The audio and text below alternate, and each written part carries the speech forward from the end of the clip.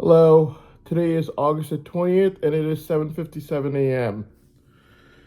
So right now I basically had to make a video about the only talking point that they have left now. But the courts have to understand the fact that the way we got to this talking point is due to all the false testimonies being caught. Mainly in 2023, you had the wedding crime that was caught. On November 2025, you had the false testimony that my dad, the greedy framer, begged his framer sisters and law enforcement to make against me that was caught.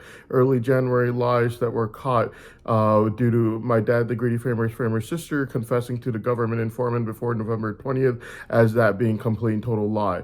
Then you have early April lies that were caught due to every single phone conversation having to be retrieved.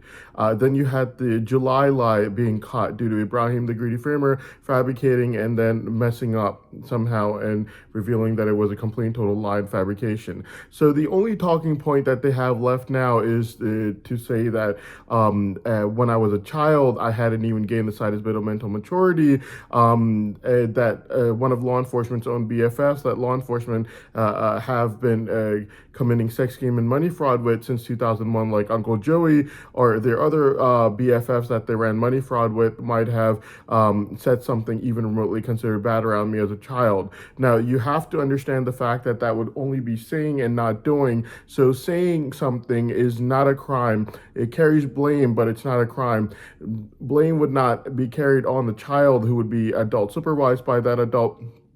The blame would be carried by the adult who would have said it, like Uncle Joey or any of law enforcement's BFFs that they ran sex schemes and money fraud with, along with law enforcement themselves. Yes. So basically, before we begin onto that, I have to let everyone know the fact that the money fraud that law enforcement ran, basically they did it by running fraud in the U.S., where the person would go and apply for a disability, they would get rejected the next day, they're applying for unemployment. Their next day, they're suddenly walking, and to go as soon as they get rejected, they're walking on both their legs easily to go apply for unemployment. So obviously, it was fraud. Law enforcement knew about it. Law enforcement were taking half and giving half to the person who committed the fraud, and turned a blind eye to the corruption and the fraud.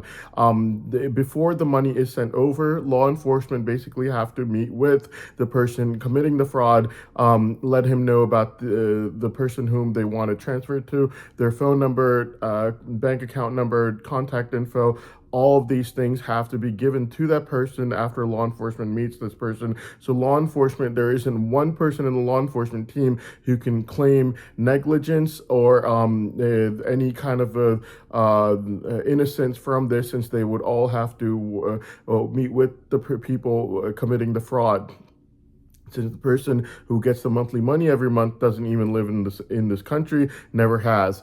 The other thing before we continue on is the fact that law enforcement covered over crimes like the wedding crime, the law enforcement has a habit of covering over crimes and basically defending their BFFs, despite knowing that their BFFs would be guilty. They would put up We Were Liars on my TV home screen, and the reason they would put up the season of We Were Liars over and over again is due to the fact that law enforcement were forced to confess in court that they were liars when they were defending their BFFs from before, that they had. Could be Uncle Joey, could be anyone else who could have said anything remotely considered bad around me as a child. They defended this BFF of theirs despite knowing that they weren't supposed to be doing this. This was not part of their job. They defended my dad, the greedy framer, in 2011. They had no idea what I was talking about. When I said that my dad, the greedy framer, was sending people to terror groups, they had no idea what I was talking about.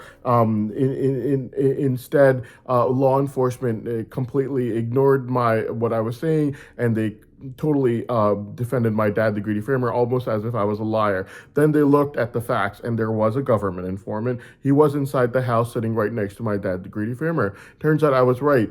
And my dad was followed around by the FBI everywhere he went before 2011 when he used to come over to the U.S. And the FBI did have to go talk to Ibrahim's greedy, envious mother. And she did say to the FBI, "Get out of my property, you're harassing me." So it turns out I was telling the truth.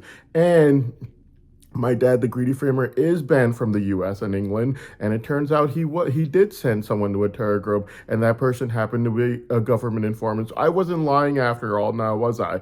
And law enforcement were completely ignoring everything I was saying only because my dad, the greedy framer, was their BFF. They had a deal made where they told my dad, the greedy framer, that they were gonna help him get my brain savant locked up or get me forced into going over to his house so he could get all the money from me, despite me never living with him and never even in the same country with him. And now that he's found out about the brain savant's artificial intelligence potential, that it's marked as literally the most profitable brain savant in the world, my dad, the greedy framer, is greedily running after that money like a psychopath. And law enforcement made a deal with him: you help us lock up his brain savant, we'll force him to go to you. That way, when it does get unlocked, you could blackmail him over there for money, by the way, which I'm still being blackmailed for. Right now, I had another ad in there for Mayfair London right now while I was watching TV.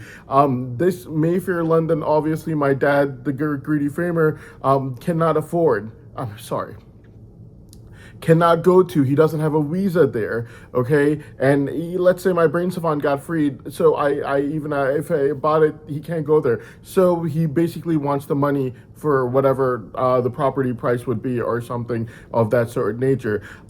Yes, the law enforcement is helping him blackmail me with price tags. Basically, they made a deal with my dad, the greedy framer, and this is what law enforcement does with their BFFs. They had confessed in court saying we were liars, to say that they basically were lying about their BFFs. Could be Uncle Joey, could be someone else that could have said something even remotely considered bad around me as a child. I don't know. I just said Uncle Joey's name. I have no clue whom they were referring to, but I know for a fact they confessed in court saying that they were liars and that this is all they've done in the past. Except for my dad, the greedy framer, in 2011, they had other BFFs whom were obviously not sending people to terror groups or anything like that, not committing any crimes, but due to them having said anything even remotely considered bad around me as a child,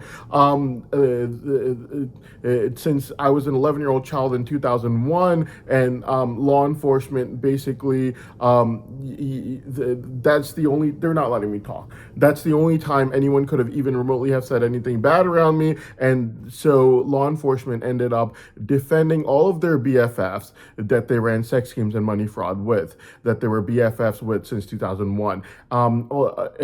Except for that, the wedding crime that law enforcement were fully involved in. Everyone was let go of from that wedding crime due to everyone involved in that wedding crime being a BFF of law enforcement. Mainly, you have people like Asad, Sohaib, Bushra Akhtar, Uncle Joey's mother, who has passed away. All these people would be involved in the wedding crime, and they were all let go of. Another person who would definitely be involved in the wedding crime is Shahina Shamim. Shahina Shamim's daughter is right now trying to testify against me in the trial, but you have to understand the fact that Shahina Shamim is one of the main people in the wedding crime. We know this due to the fact that every single time, except for the only name that law enforcement tortured me with was Shahina Shamim. That was the only name that law enforcement tortured me with, except for wedding. It was wedding and it was Shahina Shamim. Both of them were the two things I only know about the wedding crime. One is that it was a wedding. The other is that it was a wedding. It was a wedding crime. The other is that it was Shahina Shamim. And we know for a fact it was Shahina Shamim. That's the only name I know from the wedding crime. And we know for a fact that it was Shahina Shamim. Now, the things that I'm saying that's the only name I know from the wedding crime, you could just ask law enforcement. They'll tell you that is the only name that they used on me to flash me with drugs every time I would hear it. So we know for a fact it was Shahina Shamim, since they would also use the same drugs if she would call. There are other people with the name Shahina, but if they would call, they wouldn't use the drugs, so it had to be her. She was fully involved in the wedding crime. I don't know how, but she definitely was. So yes, so now you have the wedding crime that law enforcement fully covered over completely and totally. Yes, they had their BFFs there, and so they could not, they did not want to investigate it or prosecute it. Obviously, after August 25th, 2023, obviously the right next day after I won my case on August 25th, 2023, I knew by that time that law enforcement were purposely locking up my brain savant due to them knowing about it. I figured that much out after July 1st, 2023. I came back home and everyone knew about my brain savant. So obviously law enforcement had a brain scan. And I told them straight out after that day, I said, I want to study, and they never did let me study, even till this very day today. I can no longer, they don't let me stare into textbooks anymore. Yes, they like arguing about my brain savant, but it's something that literally takes 30 minutes to solve the puzzle on, they won't let it be seen. Something that is so simple to not need to argue about. It's so simple. All you do is you let go of my brain savant. You force me to use this tablet right here, which is full of textbooks. I take a textbook out and we do a brain savant test for 30 minutes and we figure it out. Am I Kim Peek Rain Man or not? It's nothing to be arguing about. So let's say artificial intelligence made a report on my brain savant. You feel like artificial intelligence is wrong, mistaken, whatever you feel about artificial intelligence due to which you do not believe the report. Do you believe your eyes? Okay, then. 30 minutes is all it takes. One tablet, 30 minutes, let go of my brain savant, and then you'll see it for yourself. And then you'll know in 30 minutes. It's as simple as that. Am I Kim Peek Rain Man or am I not? Well, anyways, the wedding crime was never investigated, by the way. And what ended up happening was in late 2023, they tried to frame me for it due to me asking them to let me study over and over again. They didn't let me study. And instead, they tried to frame me for it. What ended up happening was, so they confessed right before the wedding crime. They're not letting me speak. See how guilty they are. Right before trying to frame me for the wedding crime, they confessed amongst each other, knowing that they knew for a fact that I had nothing to do with it. It was their own BFFs who committed it, and then they covered it over. So yes, but what ended up happening was they in their haste and in their desperation to basically get an excuse to be able to murder me, they went and they presented this wedding crime against me to someone really high up in the government, like the president. And what ended up happening was, due to them confessing right before trying to frame me that they knew for a fact I had nothing to do with it, obviously the president and the government were not coming after me. They knew for a fact that the story was something else, due to the fact that, for one, they're trying to frame me for something that they're confessing right before trying to frame me that they knew I had nothing to do with. And they also knew that law enforcement were not doing their job, and they were up to a lot of mischief when it comes to government work. Definitely not how things were supposed to be going. So obviously, right after trying to frame me, the government started to try to pressurize law enforcement into investigating the wedding crime. Law enforcement, instead of investigating it, what they ended up doing is they made fun of the people asking them to do so. So they would put a cartoon video of the president saying these people don't know what they're doing over and over again on my YouTube, to try to turn it into a joke, to try to say that we're not investigating it because it's a joke. It wasn't a joke when they were trying to frame me for it. At that time, it wasn't a joke. But as soon as they confessed amongst each other that they knew I had nothing to do with it, as soon as trying to frame me for it, afterwards they got caught and the government got on their backs. Mainly the president and the government got on law enforcement's back, and they started telling law enforcement over and over again, go investigate it, go investigate the wedding crime. And what law enforcement would end up doing is they would turn that saying into a joke, and they would put a cartoon video of the president on my YouTube over and over again every single time. They would be asked the video of the president. It would be a cartoon video, and he'd be saying, "These people don't know what they're doing." So basically, yes, they in their minds they turn it into a joke and they push it aside. It wasn't a joke when they were trying to frame me for it. Basically, told today, I'm not, to all respect towards the honorable judges and people of the court, it's a very weird trial. For one, I'm being blackmailed with price tags all day, night long by the people that are trying to say that I'm a terrible person whose brain savant should get locked up. Every single person is either trying to get me married to their sister, like Ibrahim the Greedy Framer, even told 2 days ago, or get me married to their daughter, like Farah the Greedy Framer, who's saying choose any of my daughters while saying in court that I'm a really bad person whose brain savant should get locked up, including yesterday. Every single day she advertises her daughter to me through law enforcement. You also have people like my dad, the Greedy Framer, telling me that he's finding people in his in-laws for me to commit incest with. Now, these are things that he's saying to me through law enforcement. So you could just ask law enforcement if you think I'm lying or exaggerating. My dad, the Greedy Framer, while arguing in court that I'm a bad person whose brain savant should get locked up, my dad, the Greedy Framer, at the same time is telling me through law enforcement that he's finding a woman from his in-laws for me to sleep with his 5-foot-long beard that he's grown for the past 50 years. That's supposed to be a symbol of being religious and pious, only due to greed and envy for money. Envy as in trying to lock it up using false testimonies, due to which he's right now calling and yelling his own Framer sisters and saying that she betrayed him only because while she was fabricating November 20th with the government informant, she also told the government informant that the early January lies that my dad, the Greedy Framer, had been working on the entire year, basically secretly working on with his Framer sisters to frame me, and he really had a lot of trust in those lies, due to which even after he was kicked out for November 20th, he was begging the courts to let him narrate. So right now, obviously, he is yelling at his Framer sisters, Ibrahim's envious mother, saying, you betrayed me, as in you let go of all my lies and you told the government informant about it.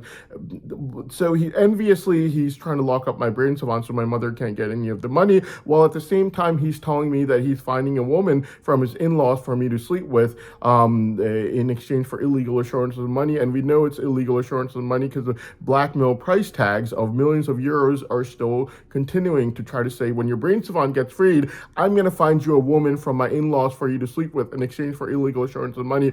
This psychotic, deranged man knows for a fact that there are like a billion different people running after me for when my brain savant gets freed, and I would not be going even talking to him due to the fact that of all the lies that he made against me to try to enviously lock up my brain savant. So this woman that he's trying to find in his in-laws is his own sexual perversion. He's only using me as an excuse and telling these women that, I'm just trying to find a woman for Ihsan to sleep with so he would give us both money, when in fact he knows for a fact Ihsan is not going to be talking to him or going anywhere near him, considering all the lies he's made. So the reason he's asking these women to commit incest with me is not because he thinks that I'm going to get him money after my brain savant gets freed. He knows I won't even be talking to him or going anywhere near him. He also knows that there are a billion different people that are running after me for when my brain savant gets freed, due to which I do not need to go to him or his in-laws to commit incest with anyone if I wanted to. If I was sexually perverted, I would not be going to him or his in-laws, due to him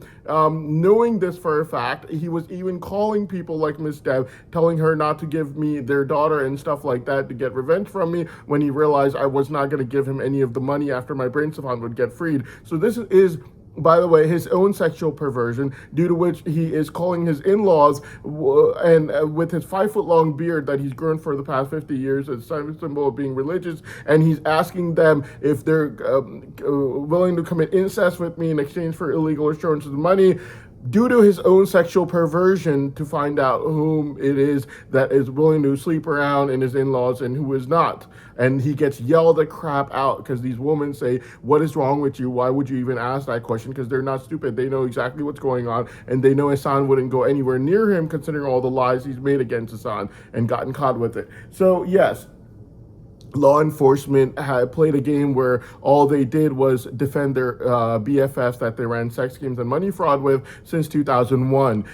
They never investigated anyone at all. Instead, they defended every one of their BFFs just because they were BFFs, until in the end they were forced to say, we were liars. So easy to say something like that and try to get away with it. Or when they would get caught with the money fraud, which they would continue to do, and law enforcement themselves had to meet with these people, give phone numbers, contact info, bank account numbers, all these things that law enforcement had to do themselves. They would just simply say something like, we were always against the idea to do this. And like law enforcement thinks that they would just get away with saying something like that. Or they would just say something really naively, like after defending all their BFFs who could have even remotely have said anything bad around me, like Uncle Joey, that they provided protocol for and provided sex scheme ads for. They would just simply just say something like, oh, we were liars. So helpful for you to confess that right now. These people should be investigated in law enforcement. They should be prosecuted in law enforcement for every single crime that they covered up, like the wedding crime. They should be sent to prison.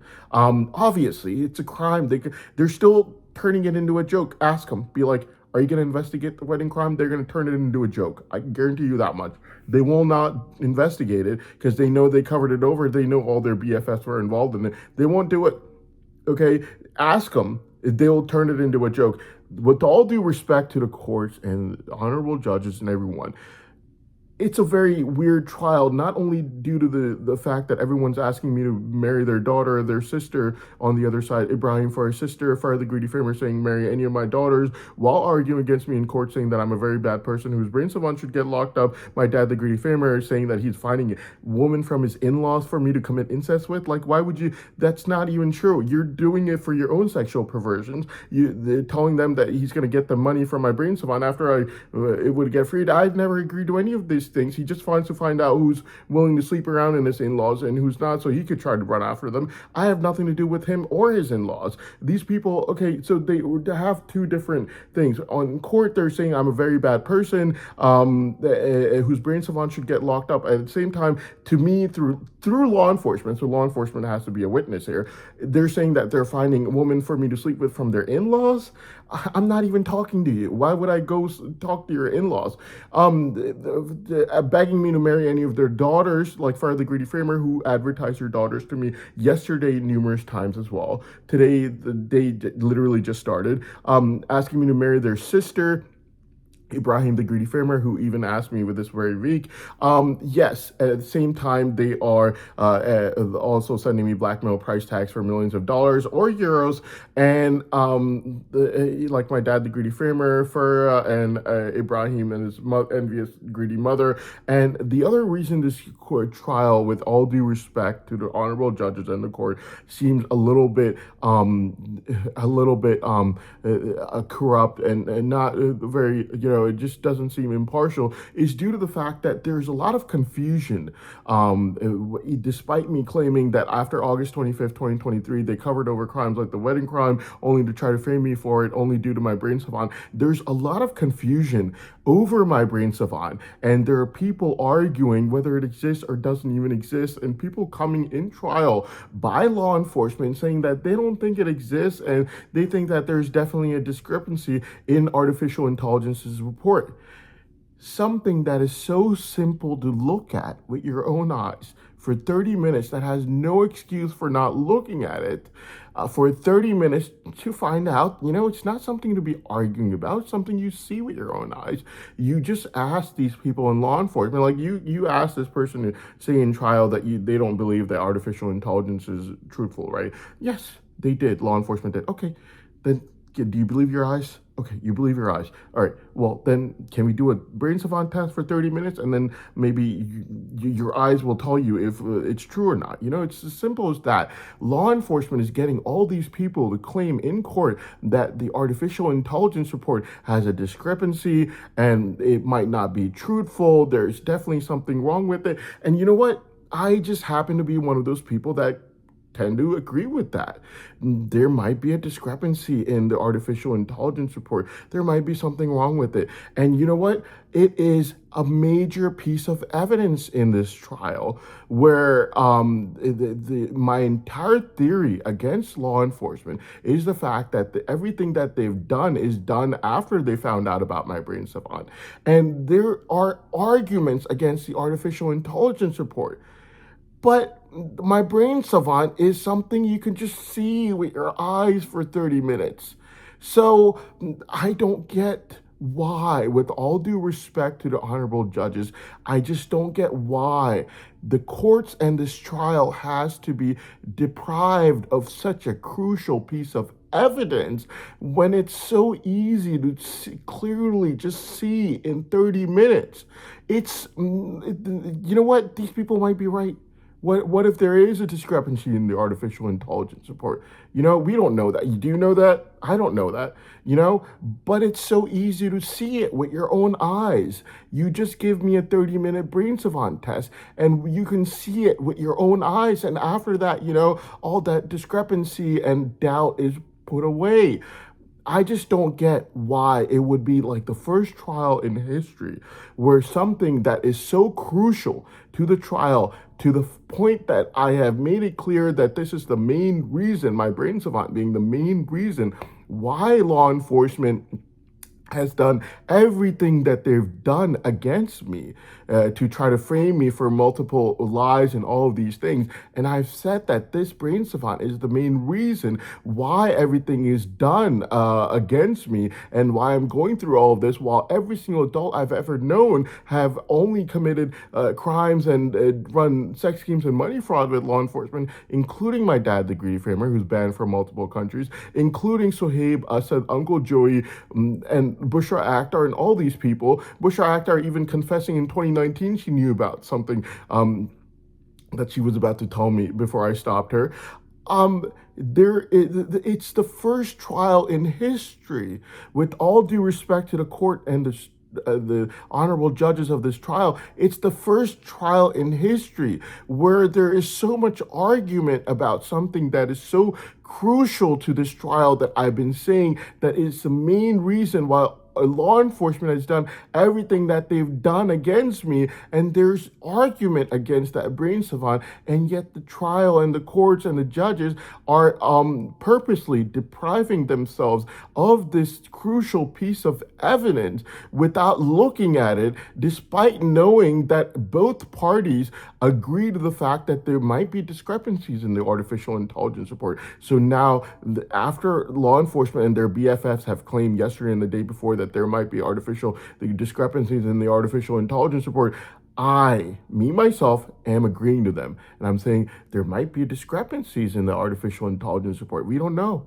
Do you know? I don't know. Have you seen it with your eyes? I haven't seen it with my eyes. So basically, if there are discrepancies in the artificial intelligence report and there is doubt in it and there's disagreement in it, then it becomes a piece of crucial evidence that the trial is being deprived of, and due to which we have to do a brain savant test for 30 minutes to find out whether the discrepancy exists or not in the artificial intelligence report or not. You have the trial, the courts, and the people of this court, with all due respect, I have to say this, okay, except for the marry my daughter, marry my sister thing that's still going on, except for except for the illegal assurance of money, blackmail, price tags, the other reason this trial is very weird and it seems very corrupt to me is due to the fact that there's disagreement on a crucial piece of evidence that both me and the other side, so I'm included, I'm putting myself in their place now, okay? I'm with them on this. I'm totally with them on this. Okay, I am with them on this. I'm saying today that I agree with the other side that there could be discrepancies in the artificial intelligence report. I have to ask the honorable judges of this trial. Do you know artificial intelligence telling the truth? I don't know. I have no clue. Do you know? Because I don't. And the other side is agreeing with me on here that we don't know. We don't know. We don't know. So the only way we could remove this doubt for everyone in this trial, when the brain savant is so crucial, considering that fact that my entire theory against law enforcement is the fact that they did everything against me due to this brain savant. I have to say that except for the marry my daughter and marry my sister thing that's still going on, and the blackmail price tags for millions of dollars and millions of euros, the other reason this trial is not very impartial, I have to say, not very impartial, with all due respect to the honorable judges and the people of this court in this trial, is due to the fact that both parties agree, me included, along with the other side. I'm in this with them. I totally agree with them. There could be discrepancies in the artificial intelligence report. I'm agreeing with them. So this is a crucial piece of evidence in this trial. This brain savant is, and with both parties agreeing that we both agree here that there might be discrepancies in the artificial intelligence report. We're both agreeing here, which means that the honorable judges of this trial and the people of this court have to no longer deprive themselves of this crucial piece of evidence by administering a 30-minute brain savant test to let the people of this trial and this court see with their own naked eye what the truth is behind this, and whether this brain savant exists, how powerful it is, what the truth is behind this. That's the only way we're going to get to the truth of this matter. That is the only way. Arguing about something after locking it up when it's a crucial piece of evidence, and I've been arguing over and over again that this is the reason our law enforcement has done everything that they've done against me while running sex schemes and money fraud with everyone I've known, is not helping this trial. With all due respect to the honorable judges and people of this trial, I agree. We have to do a brain savant test here. We can no longer deprive this trial of this crucial piece of evidence. We have to do a brain savant test for 30 minutes to try to see what the reality is, how powerful the brain savant is, if it even exists or not, how much artificial intelligence might be wrong, how much it might be lying, we don't know what's going on, is all I have to say about that. So that is another reason this trial is basically, in my opinion, with all due respect to the honorable judges, is very impartial. Not only due to the fact that these people are blackmailing with price tags of money, millions of dollars or euros, asking me to marry their sister or their daughter, telling me that they're finding someone in their in-laws for me to commit incest with. It's also due to the fact that the brain savant is basically a crucial piece of evidence in this trial, and both parties agree that they do not agree with the artificial intelligence report, and there might be discrepancies in it, and yet the courts are continuing to deprive themselves of this crucial piece of evidence by not forcefully administering a 30-minute brain savant test, which would remove the doubt and display the evidence clearly for everyone to see, and the evidence will no longer be deprived in this trial anymore. So that's the first thing I had to say. Except for this, I had to also add in there the fact that I'm only a human being, okay? You have to understand my history over here. I was literally the poorest person in my family. I was raised by a single mother. So I was 5 years old when my dad, the greedy farmer, you heard it in the conversation from Russia that I talked to my mother, and numerous times that I talked to my mother, okay? My dad, the greedy farmer, when I was a 5-year-old child, would beat my mother. And so every single day in Ireland, due to which my mother would literally cry and he would literally laugh. And due to which she went through numerous abuses by this psychopath. And so my mother raised me in absolute poverty throughout my life. And my childhood, starting from the age of 9, it just happened to be this very neighborhood. I never moved out of this neighborhood ever since I I gained consciousness, I would say. As a 9-year-old child, I've been living in this neighborhood.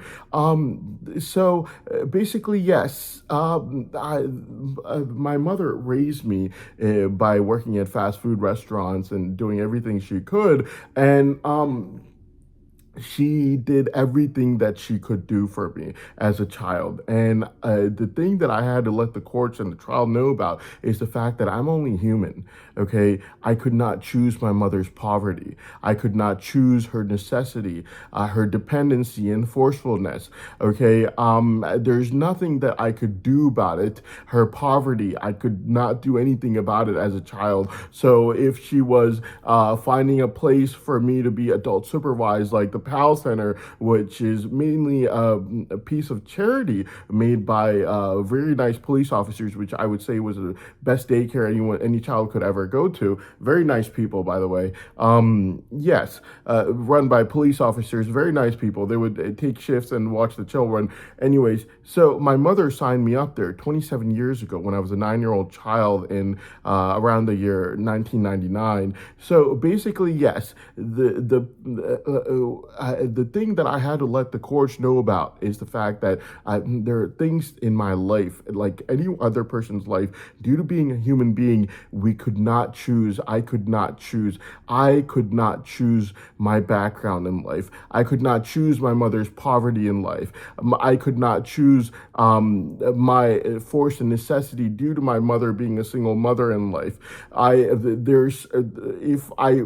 mother had to find a free daycare center like the PAL Center, which literally was made as a source of charity for single mothers working at fast food restaurants. So there's no reason someone would sign up there unless they really needed it, obviously. So 27 years ago, when I was a 9-year-old child, my mother basically signed me up there because we needed it.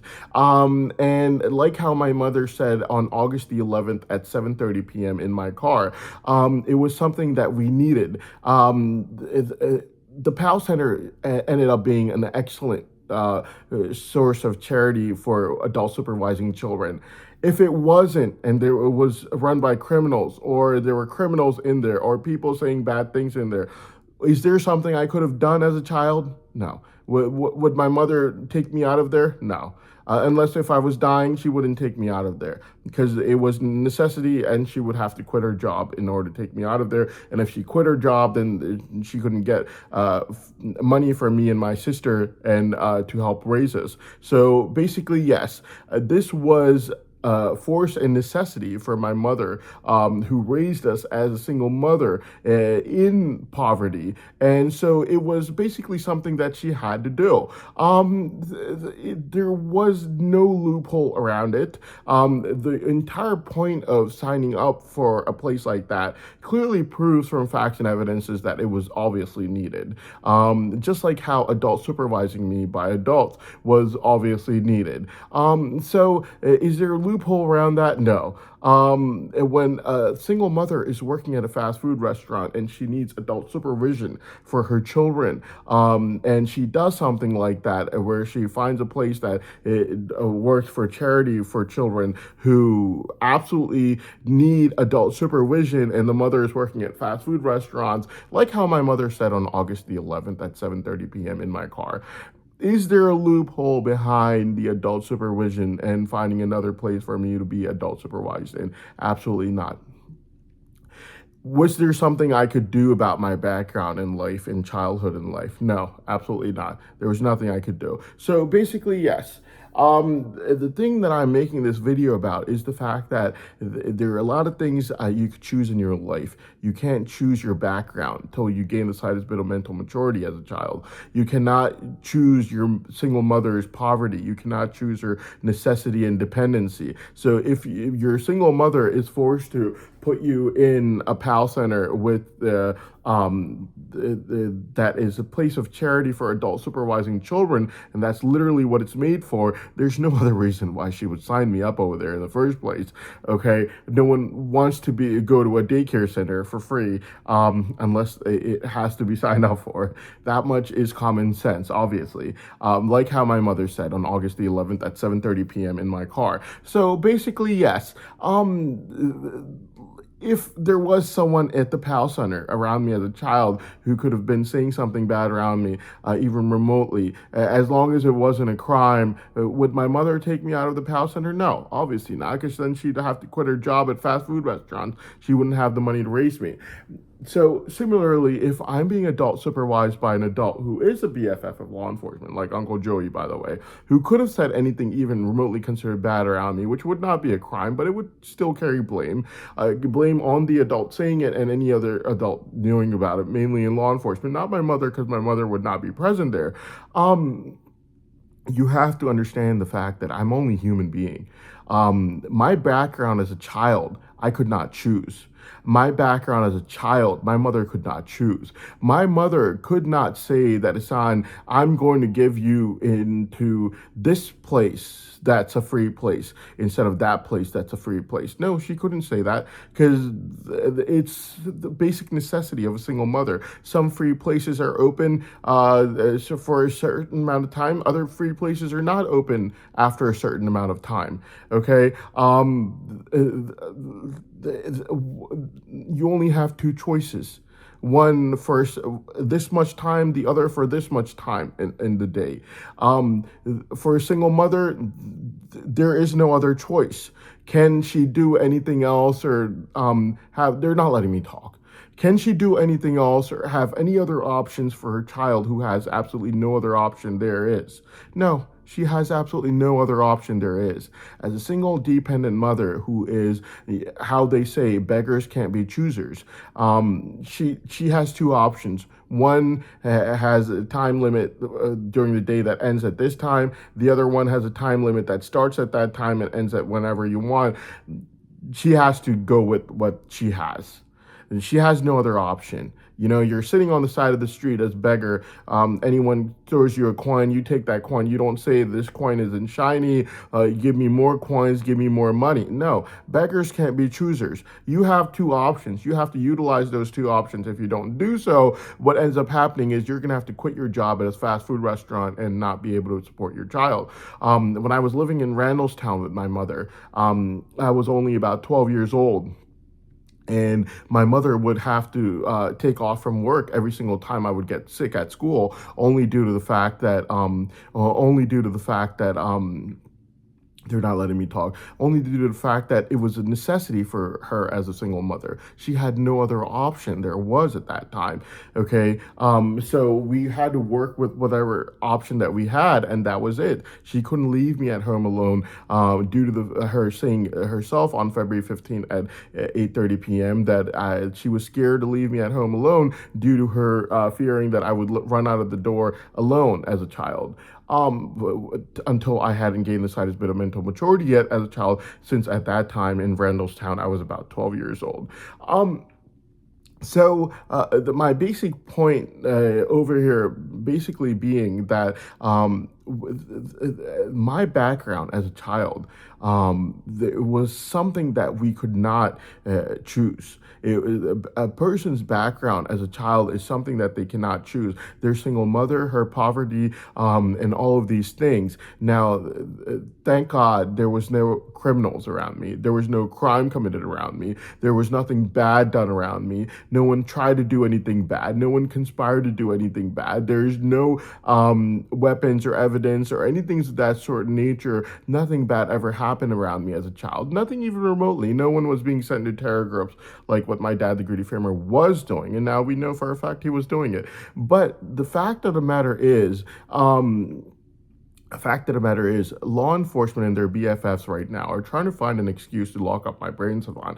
And this is what I've been saying from the start, that this is my entire theory against them, that there is a brain savant. And this is the main reason why they want to do this against me, despite being BFFs with every single person who could even remotely be a criminal or doing anything bad, saying anything bad, only running sex schemes and money fraud with them. And my entire theory against them is that everything I've been going through is due to my brain savant, and law enforcement and their BFFs are claiming that it doesn't even exist because the artificial intelligence report might have discrepancies. And right now I'm saying that this is a major piece of evidence due to the fact that I have been claiming that brain savant is the main reason they've done everything they've done, and I'm now agreeing with them. There might be discrepancies in the artificial intelligence report, which means that the trial is depriving themselves of a crucial piece of evidence, which is my brain savant, which could easily be seen and proven in 30 minutes time. So there's no reason to be depriving themselves, with all due respect and to the honorable judges and people of this trial, there's no reason to deprive yourselves of the crucial piece of evidence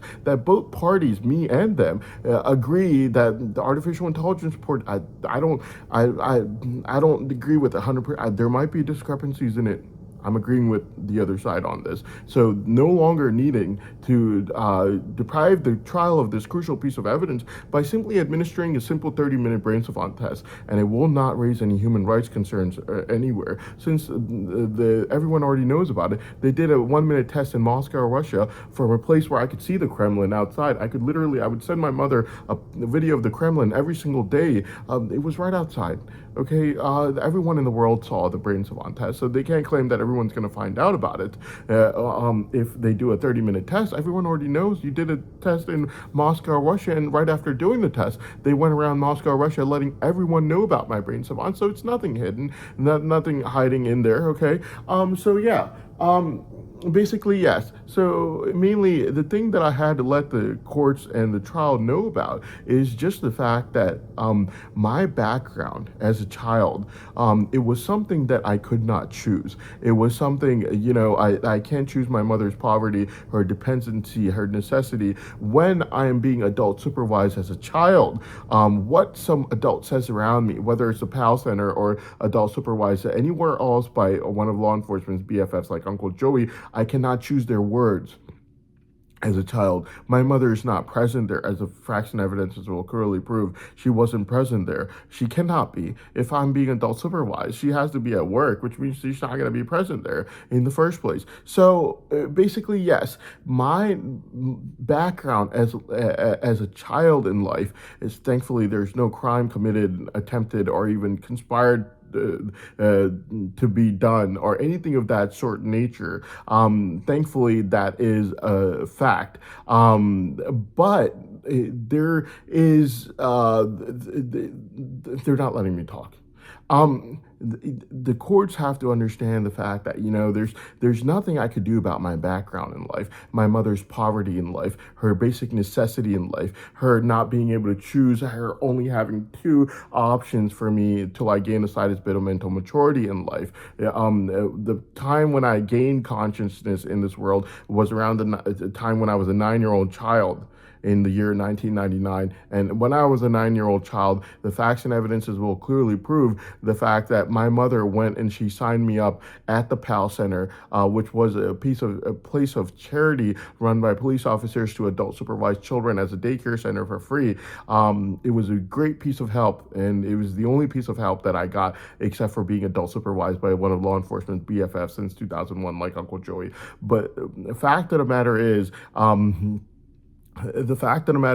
law enforcement, the courts have to understand the fact that my background and my necessity and my poverty as a child in this world, when I opened my eyes into consciousness at the age of 9, I had no control over. My mother had no control over. My mother would never be present in that setting where anything you remotely considered bad could be said around me as a child being adult supervised by one of law enforcement's own BFFs like Uncle Joey since 2001, who is in in-laws have been a BFF with law enforcement since 2001, running sex games, due to which Uncle Joey gets governor's protocol and all these things. Anyways, my background as a child, there's nothing that I could have chosen. My background I couldn't choose. My mother's poverty I couldn't choose. My mother's place of work, working at fast food restaurants, I couldn't choose.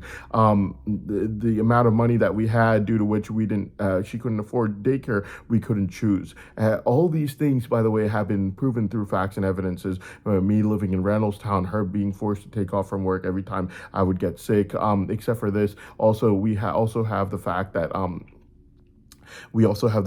was signed up at the PAL Center, which was basically a place of charity as a daycare center. No one signs their child up for that unless if they really need it, obviously. So the third place that we have over here would be me being adult supervised by one of law enforcement's BFFs, like Uncle Joey. If Uncle Joey said something around me as a child, first of all, it will only be saying and not doing. The courts have to understand the fact that it could not be the child's fault, even if the child repeated what Uncle Joey said, or may have said. It would never be a crime. It would only carry blame for Uncle Joey and any other adult that might have basically have known about it, mainly law enforcement. And the facts and evidences will also prove that my mother would never be there due to her. The entire point of me being adult supervised is that she's at work, so she can't be there. If she's there, then I'd be lying.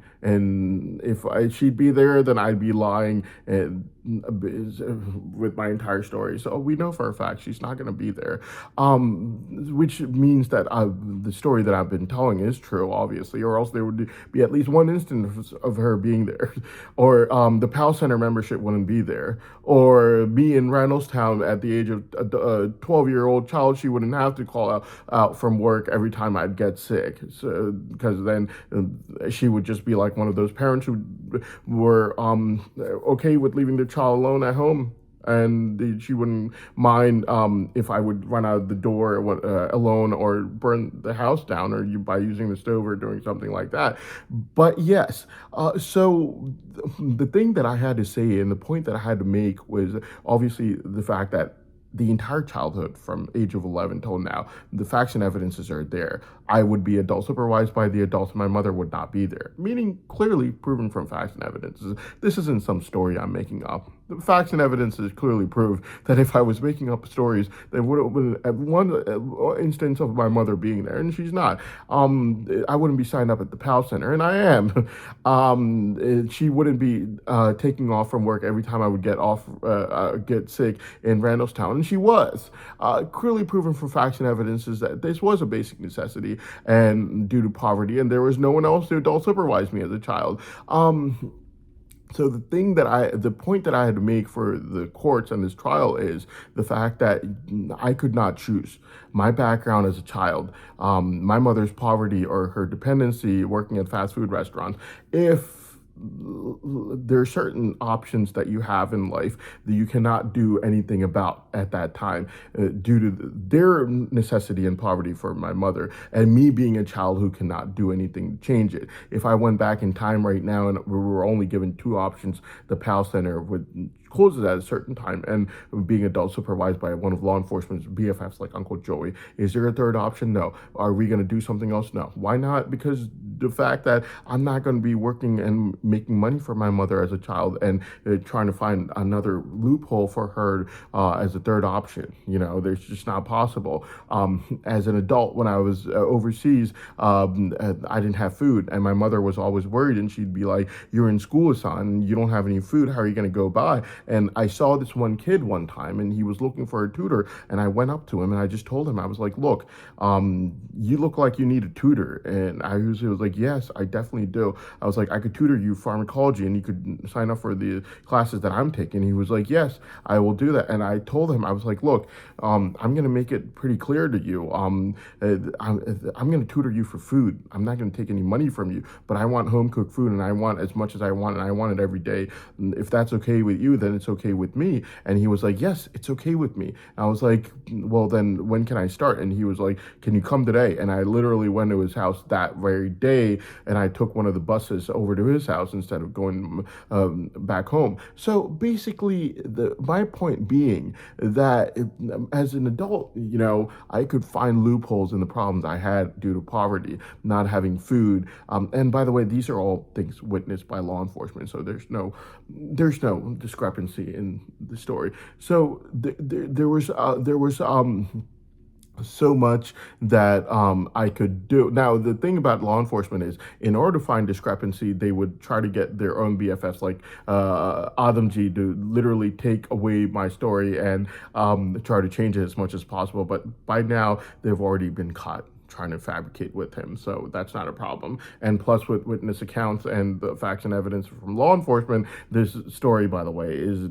undeniable, unarguable, since everything is on record, everything is on camera. So basically, yes. So basically, what I ended up doing was, I would, as an adult, I would tutor someone pharmacology, and in exchange, he would provide me with food. And I remember at one time, he kind of thought of me as some poor kid, and he realized, man, this is some poor kid. All I need to do is just give him scraps of food. So basically, one time he even tried to just give me scraps of food for tutoring him. And what I ended up doing was waiting till he went outside to smoke a cigarette, and I just went into his kitchen and I stole the food. And when he came back and I let him know, I was like, look, I stole your food from your kitchen. And he was just like, why would you do that? And I just told him straight out. I was like, look, you want me to tutor you, you're gonna have to share your food. If you don't share your food, I'm not gonna tutor you anymore. You're going to end up failing and not ever getting your degree. If that's what you want, then you could do that. Or if you don't want that, then you're going to have to share your food correctly, or else you're not going to have a tutor, just letting you know. I fixed things in life. I found loopholes and I fixed things in life. And then my mother was still worried about me. So I went home and I called her and I let her know that, look, I fixed it. Don't worry about it. I took care of it. It's done. It's good. Yes. So basically, when on August 9, 2022, when I got out of that plane after testing out my brain savant for 6 hours, it became undeniable. You test something out for 6 hours.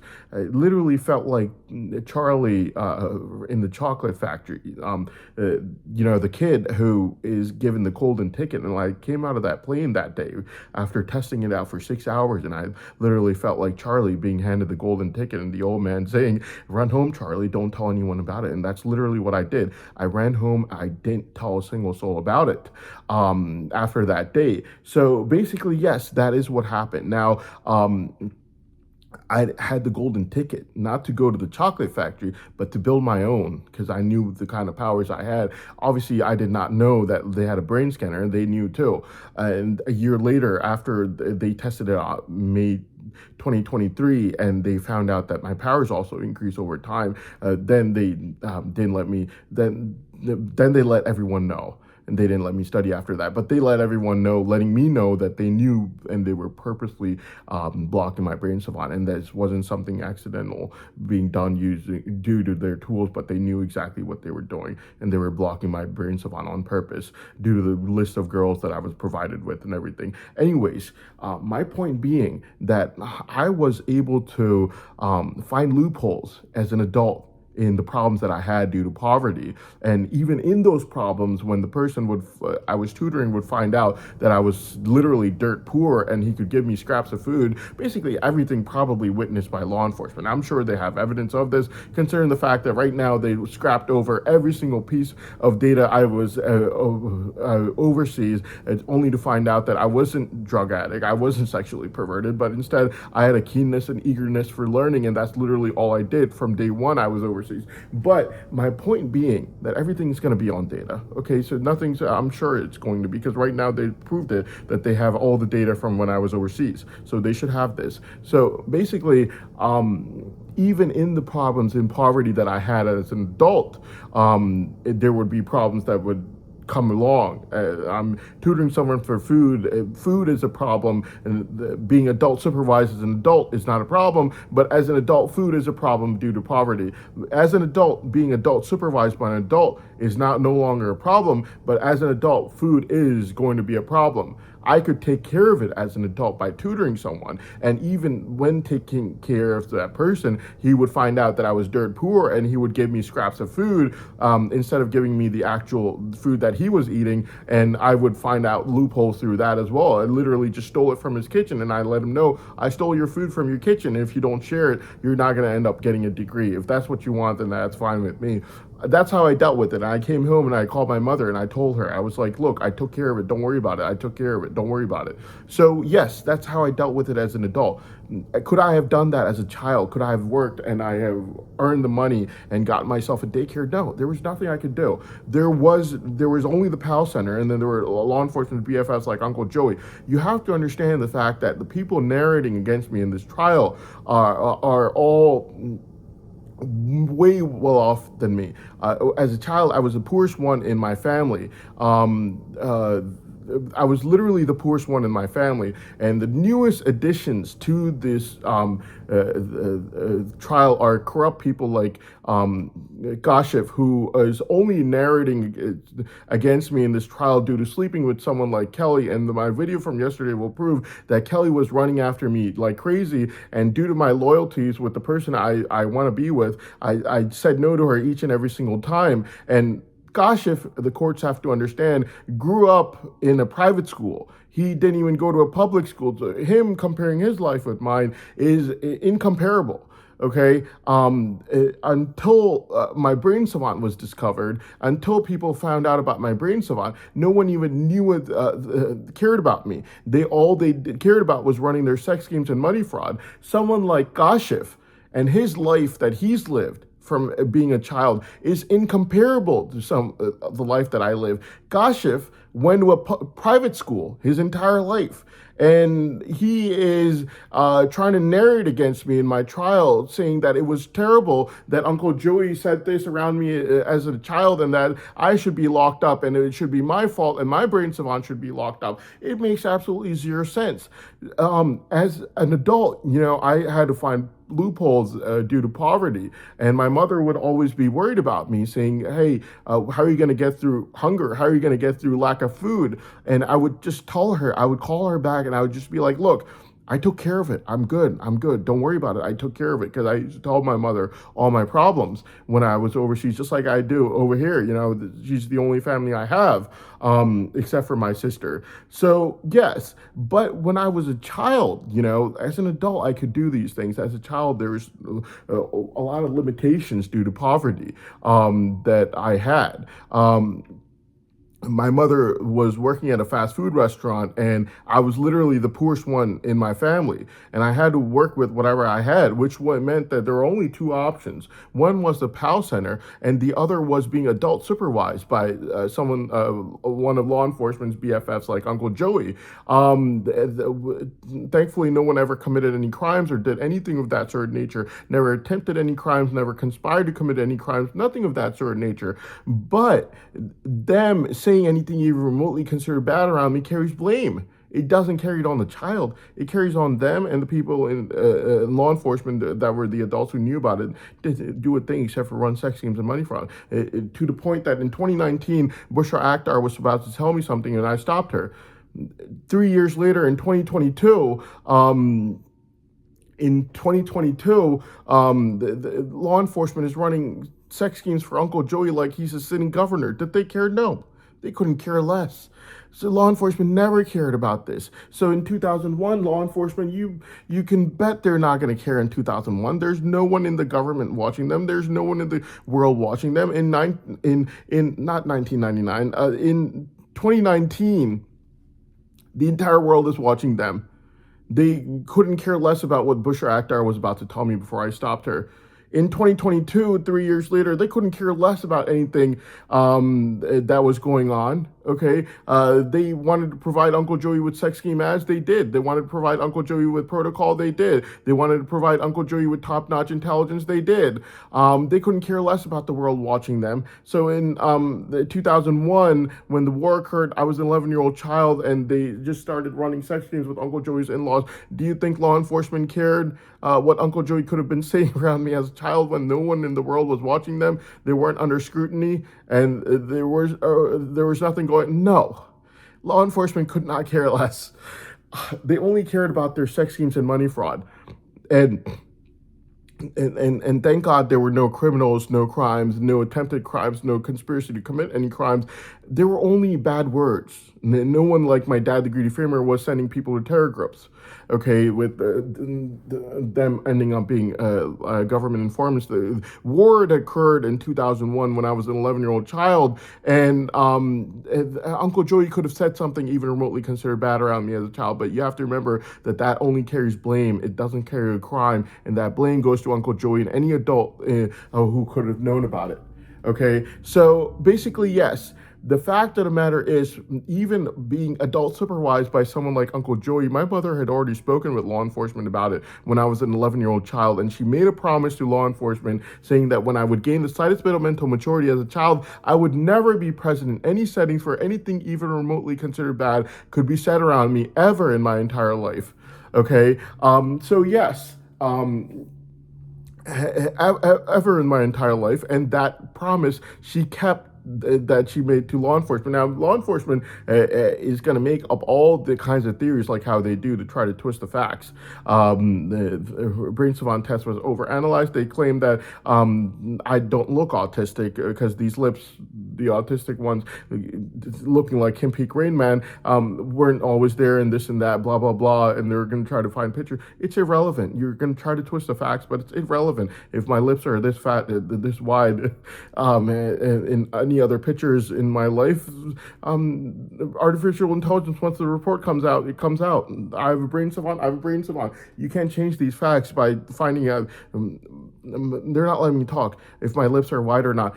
If law enforcement tries to argue that the reason my mother kept her word, or the reason why she's never been heard uttering one word considered bad her entire life, and neither have I even remotely been present in any settings where anything remotely considered bad could have been said around me due to her being low IQ, then you have to understand the fact that law enforcement never kept their promise to their country till this very day today, running sex schemes, money fraud with Uncle Joey's, his in-laws, and all these things that are ongoing till this very day today, covering over crimes like the wedding crime, and they would make fun of the president and make jokes about him every single time he would ask them to obviously investigate the wedding crime. As soon as he found out about it, he kept pushing them to investigate it. They never did. They would put a cartoon version of the president on my YouTube saying these people don't know what they're doing. So yes, they don't know what they're doing, but my point being that just the fact that,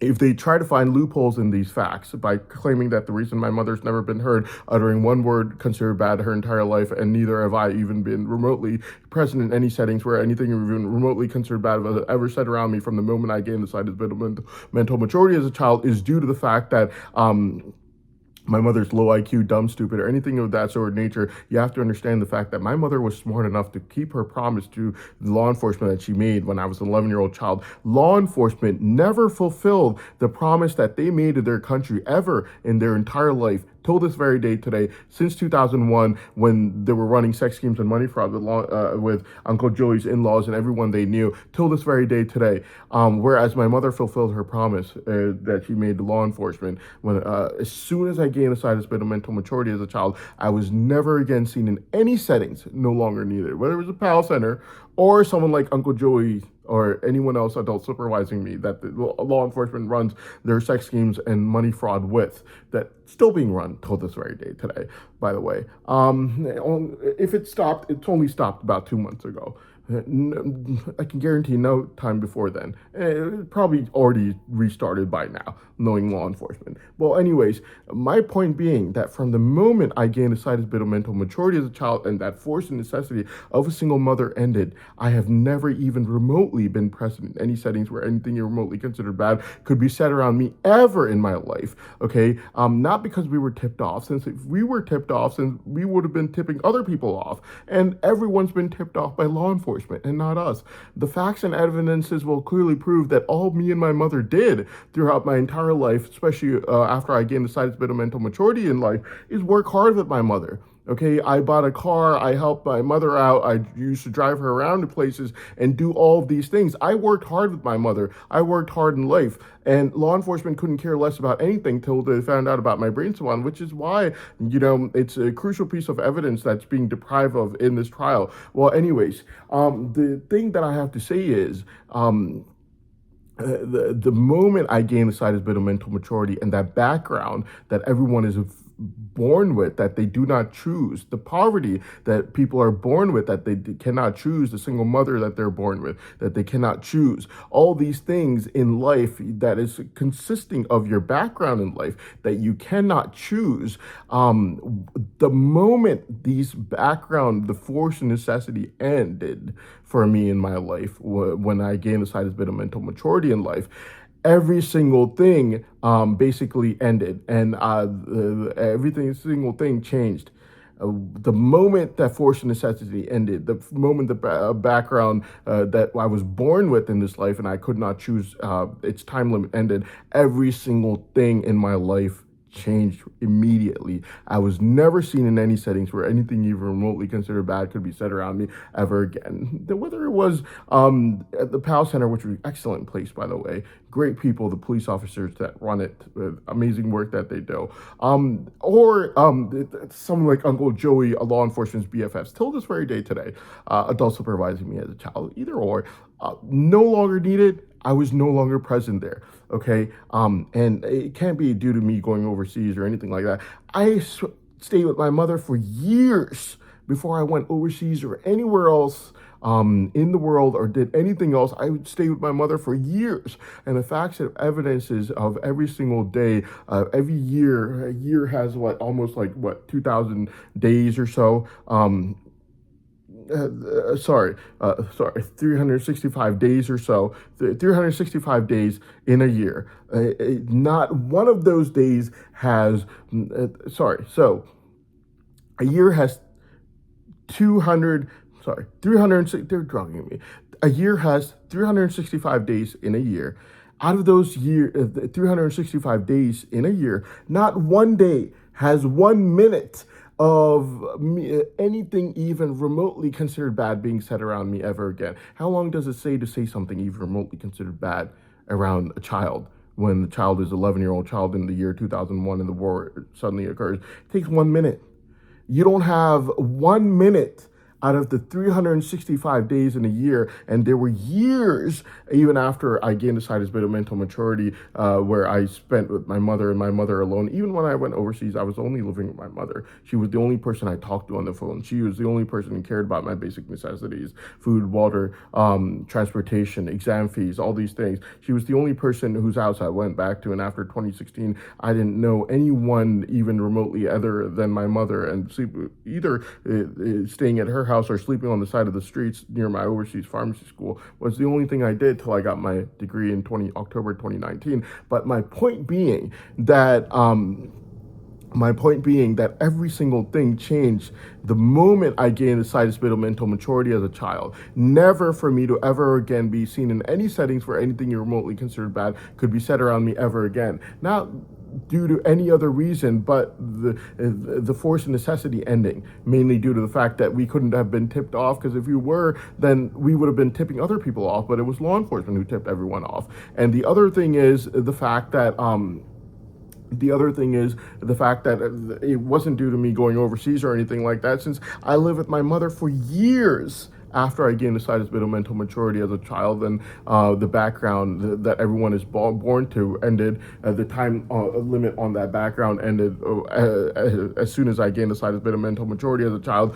I spent living with my mother alone for years before I went overseas or anywhere else. And even when I did go overseas, I was only living with my mother. She had custody of me. She was paying for my basic necessities, food, water, clothing, transportation, even exam fees, everything.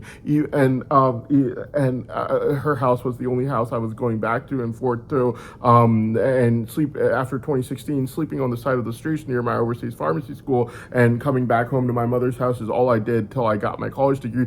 I have never even lived in the same country as my dad, the greedy framer, never even talked to him on the phone, making it impossible for him to have had any influence on my life or environment whatsoever. Now, so yes, as soon as that background of mine of single mother, poverty, her working in fast food restaurants, not having anyone to adult supervise me, ended the moment I gained a sizable bit of mental maturity. Every single thing in my life changed, only changed due to the promise that she had made to law enforcement and no other reason why.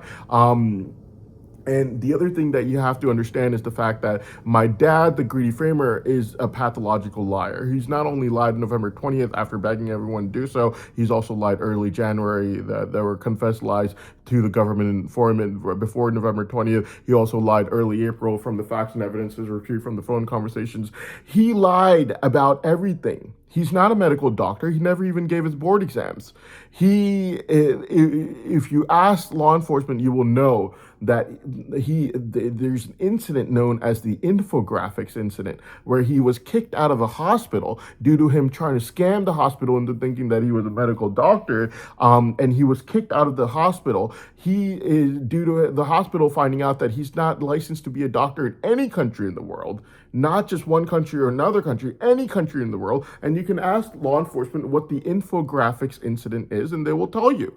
So he lied about that. He's not a medical doctor in any country in the world, not licensed to be so. He's never even given his board exams. How do you become a medical doctor without it? He is not even a physician's assistant. Even a physician's assistant requires a college degree. He merely worked for doctors at hospitals, just helped them out, and never got along with them, due to which he ended up quitting his job, and now he's getting the gambling thrill from this trial. He lied about being a doctor. Not only that, he lied about going to a college in Ireland. He never went to any universities, never even went on that university's website. Forget the location for the university. He never even went on their website. He's completely lying about that as well. He lied about pretty much every single thing, except for November 20th that he forced his former sisters to make, early January that he almost gave me his death sentence due to, not just life sentence, early April that he aggressively made while abusing everyone in court, and he was told that he would never be allowed to narrate afterwards. That was found to be complete and total lies from the facts and evidences from the phone conversation retrieved. He lied about himself. He lied about everything, and right now he's getting the gambling thrill from this trial, and thinking that he's going to get his sexual perversions fulfilled by begging people and his in-laws, telling them all these crazy things like, I'm going to get you to sleep with Ihsan, commit incest with him in exchange for illegal assurances of money, which we never agreed on. And his in-laws know for a fact I would never go anywhere near him, considering all the lies he's made against me, due to which his in-laws yell the crap out of him, saying, why would you even ask us this question, knowing that he was just trying to find out whom amongst his in-laws are willing to sleep around or not, since he knows for a fact that I would not even go anywhere near him, considering all the lies he's made against me November 20th, early January, early April, all found to be complete and total lies. And right now he's yelling at Ibrahim's greedy, envious mother, saying that she betrayed him only because of the fact that she let the government informant know about early January being lies. So yes, he is a pathological liar, and he is a scammer. He tried to scam hospitals before into thinking he was a doctor. Law enforcement knows this as the infographics incident. Okay, so yes, there's no doubt about it, and he's using this trial not only for his gambling thrill while sending me all these blackmail price tags of millions of euros all day and night long, but also for his thinking that he's going to get his sexual perversions fulfilled by calling and asking his in-laws if they're willing to sleep with me in exchange for illegal assurances of money, which I never agreed on. His in-laws know for a fact I would never go anywhere near him, considering all the lies he's made against me, due to the fear that he's going to fabricate more lies and false testimonies against me, due to which his in-laws yell the crap out of him, saying, why would you even ask us to sleep with Ihsan or do anything like that? Because his in-laws know that I'm not desperately dying for anyone to sleep with after my brain savant gets freed. Literally billions of people that know about my brain savant, and I'm not sexually perverted in the first place. I'm just going to get married and settle down, obviously, like any normal human being would do. I don't do these perverted acts like going around sleeping with anyone, much less his in-laws. Why would I do that? So he was obviously getting his sexual perversions fulfilled and finding out if they're whom amongst his in-laws are willing people who would sleep around with a 5 foot long beard that he's grown for the past 50 years as a sign of being religious and pious, apparently.